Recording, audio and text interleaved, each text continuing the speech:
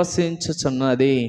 సర్వ సంపూర్ణతలోనికి దేవునికి దూరస్థలమై మనం జీవిస్తున్నప్పుడు, మనము విరోధభావం కలిగిన వారముగా ఉంటున్నప్పుడు, మన యొక్క జీవితంలో దుష్క్రియల వలన మన మనస్సులో విరోధభావం కలిగినప్పుడు దేవుడు మనలో సమాధానపరచుకొని సర్వ సంపూర్ణతలోనికి మనల్ని తీసుకొస్తూ వచ్చాడు.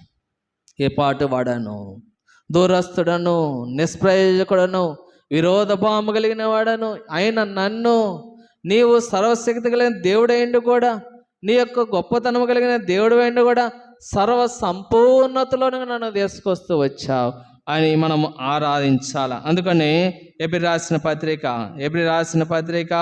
10వ అధ్యాయం 14వ వచనం, 10వ అధ్యాయము 14వ వచనం. ఎబ్రీ రాసిన పత్రిక 10వ అధ్యాయం 14వ వచనం. ఒక్క అర్పణ చేత ఈయన